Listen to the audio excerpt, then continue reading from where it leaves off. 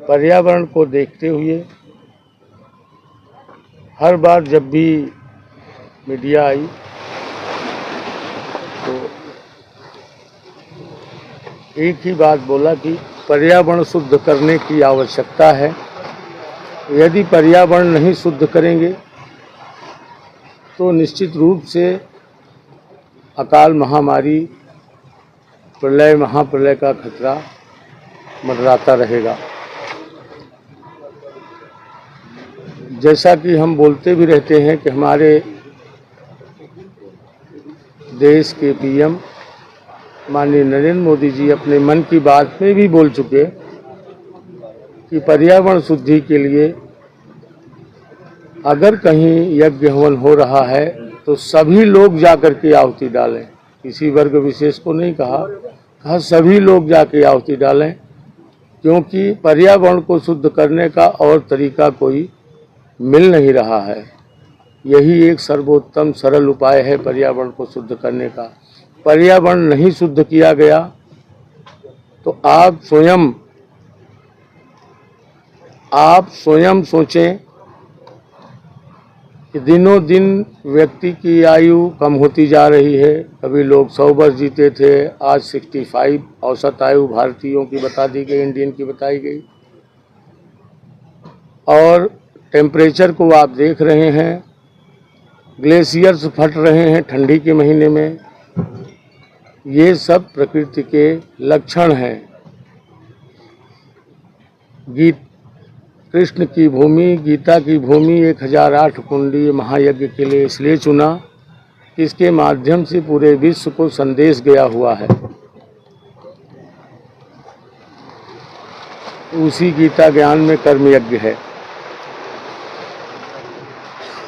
इच्छा हुई कि पर्यावरण को कैसे शुद्ध किया जाए, तो यही एक तरीका मिला। मन में विचार आया, मैं आपके मुख्यमंत्री, वर्तमान मुख्यमंत्री, उनसे मिला, उनको निमंत्रण दिया और स्थानीय यहाँ के पूर्व मंत्री सुभाष सुधा जी से मिला। उन्होंने भी आश्वासन दिया।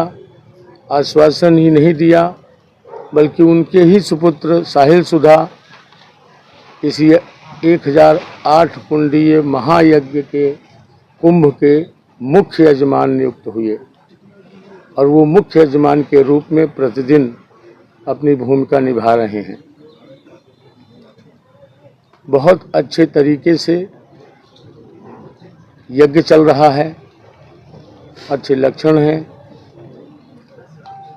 1008 कुंडीय महायज्ञ जो किया, घर घर यज्ञ हर घर यज्ञ, घर घर यज्ञ हर घर यज्ञ, इसलिए आवश्यक है कि सभी लोग हवन यज्ञ करें।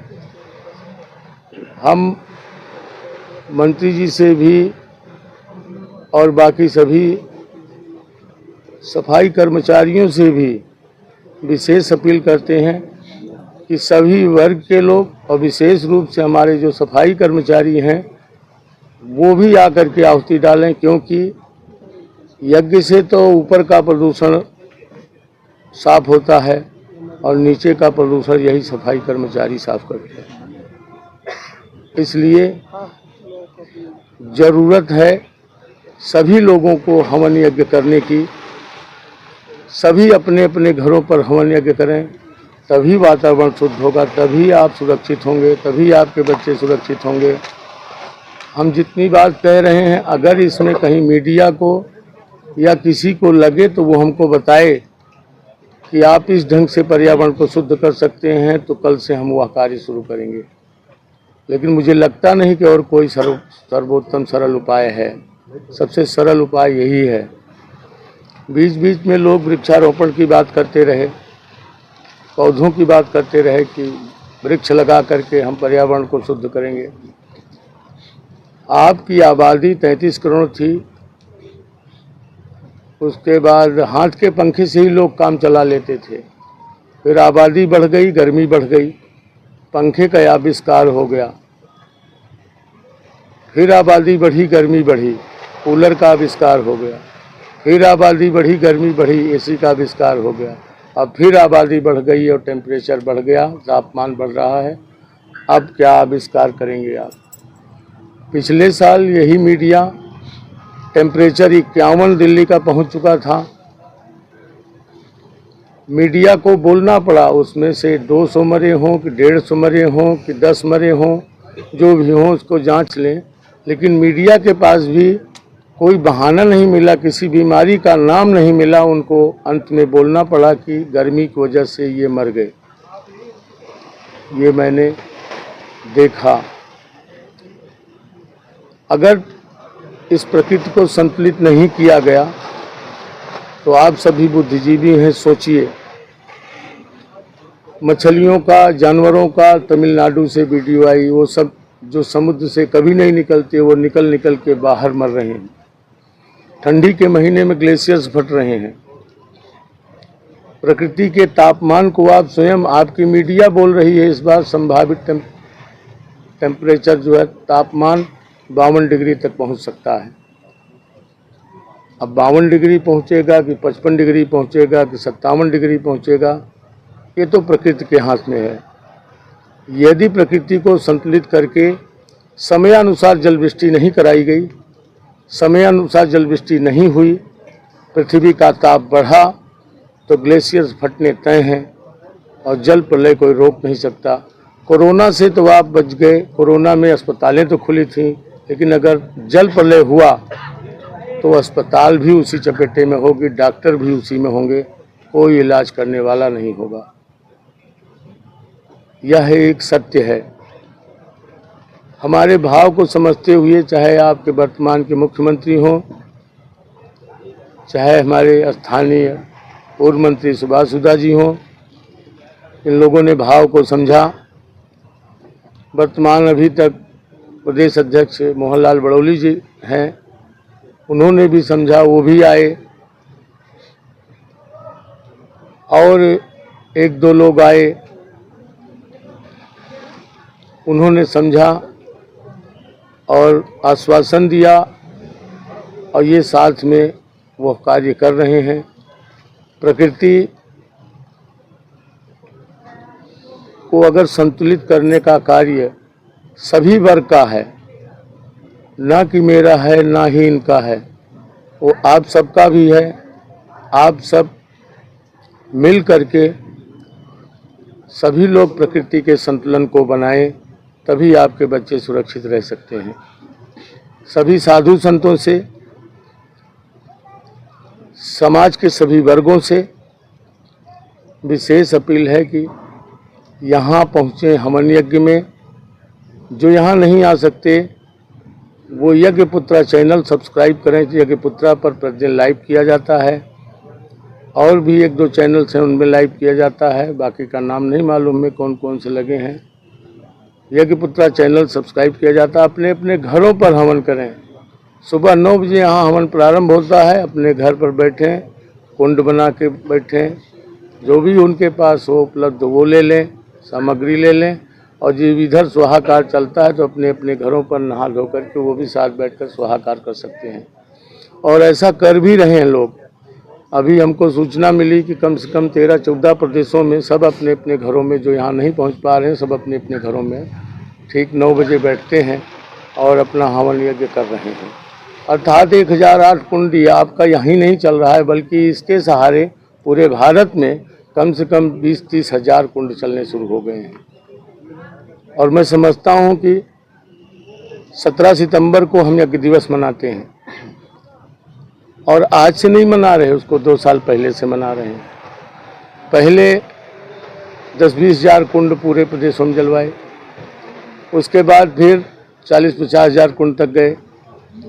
इस बार टारगेट है कम से कम 1 लाख कुंड जलवाने में सफल हो जाएंगे। अगर 1 लाख कुंड पूरे भारत में जलवा लिए तो कम से कम कुछ तो वातावरण शुद्ध होगा, कुछ न कुछ तो शुद्ध होगा। अगर थोड़ा भी वातावरण शुद्ध हुआ तो जो अकाल महामारी 2 साल में आनी होगी वो 2-4 साल पीछे तो जाएगी। और मैं सभी साधु संतों से अपील करता हूँ कि सभी समाज को प्रेरित करें, स्वयं अपने अपने आश्रमों में सत्संग कथा ठीक है, बिल्कुल करना चाहिए, क्योंकि ज्ञान होगा तभी कर्म होगा। जैसे गीता का ज्ञान है उसी ज्ञान में कर्म यज्ञ है, लेकिन कर्म करने की जरूरत है। योग करने से शरीर निरोग रहता है, पढ़ने से नहीं रहता, करने से रहता है। इसलिए इस कर्म यज्ञ में सभी लोग सम्मिलित होकर के उपस्थिति दे करके यज्ञ का भाग लें और समाज को प्रेरित करें। ये मेरी विशेष सबसे अपील है। समाज का कार्य है, सभी साधु संत परमार्थ भाव से इसमें सम्मिलित हों, उपस्थित हों, सम्मान लें और समाज को प्रेरित करें। महाराज जी, ये तो इतना बड़ा आयोजन है, एक रिसर्च का विषय भी है। तो बिल्कुल रिसर्च का विषय है। अब पीछे हम 500 कुंडी यज्ञ किए थे तो उसमें कराया भी था, और तमाम वैज्ञानिक हैं, टेले हैं, ये हैं, तमाम वैज्ञानिक अमेरिकी तो हवन की राख खा रहे हैं। अमेरिका के लोग हवन की राख खा रहे हैं, उसकी पेपर कटिंग अभी भी मेरे पास पड़ी होगी। तो ये तो जांच करा लें इसका। और फिर एक बात, हमारा अगर प्रधानमंत्री बोला है तो बिना जांच के बोला है, कुछ तो अनुभव होगा तभी तो बोला है। और वैसे भी जांच करा लें। जो साइंस कह रहा है, बहुत पहले से चिल्ला रहा है कि वातावरण इससे शुद्ध होता है, तो बार बार जांच कराते रहिए। आप जांच चाहे जितनी कराइए, हम तो कह रहे हैं कि सरकार लगाए। अब केवल हम कहाँ तक क्या कार्य करें? हम मंत्री जी से कहे, हम मंत्री जी से बोले यज्ञ करना है, मंत्री जी ने कहा ठीक है। कलश यात्रा निकालनी है, आपकी धर्मपत्नी उमा सुधा, मैं यहाँ था भी नहीं, वो बेचारी आ करके मीडिया में अपना वो इंटरव्यू भी देती है और कहती है कि 5100 कलश जरूर उठवाएंगे। और मेरे ख्याल से 5100 से कम नहीं रहा होगा, ज़्यादा हो सकता है। कलश यात्रा बहुत अच्छी थी, दिग्भक्त थी, तो अच्छा कलश यात्रा। अब जितना हो सकता है ये लोग अपना कार्य कर रहे हैं, और जितना हो सकता है हम आपसे बोल रहे हैं। आप भी अपनी तरफ से उसको, हमारा कार्य नहीं, अपना विषय मान करके करें इसको। सभी अपना विषय माने, इसको लाएं, इंस्ट्रूमेंट लाएं, अपना लगाएं। जैसे आप मीडिया में ज़्यादा से ज़्यादा प्रचार करने की कोशिश कर रहे हैं, आप सब भी अधिक से अधिक प्रयास कर रहे हैं, तो कुछ समझा होगा आपने कि बात ठीक है। बाकी जीवन में ये मेरा प्रोफेशन है, लेकिन ये कार्य ऐसा है जो समाज के कल्याण के लिए और मानव रक्षा के लिए किया जा रहा है। तो आपके समझ में आई, तभी तो आप भी इसमें इच्छुक हुए। ठीक उसी तरह सभी लोग अपना विषय मान करके इस कार्य को करें। और मंत्री जी हमारे बगल में बैठे हैं, हम चाहेंगे कि मंत्री जी ये भी कार्य करवाने की कोशिश करें कि अपना जो है कोई आए जांच वाँच कर ले। स्वामी हरिओम जी का इस कुरुक्षेत्र की भूमि पर स्वागत करता हूं, जिनकी प्रेरणा के द्वारा आज कुरुक्षेत्र में 1008 कुंडी का यज्ञ जो हो रहा है, ये बहुत बड़ी बात है। किस प्रकार से मैं कहूँगा हमारे इन्वायरमेंट को किस प्रकार से ठीक किया जाएगा, इसके लिए ये यज्ञ किया जा रहा है। किस प्रकार से पर्यावरण को शुद्ध करने के लिए ये यज्ञ यहाँ पर हो रहा है, और बड़ा सौभाग्य की बात है।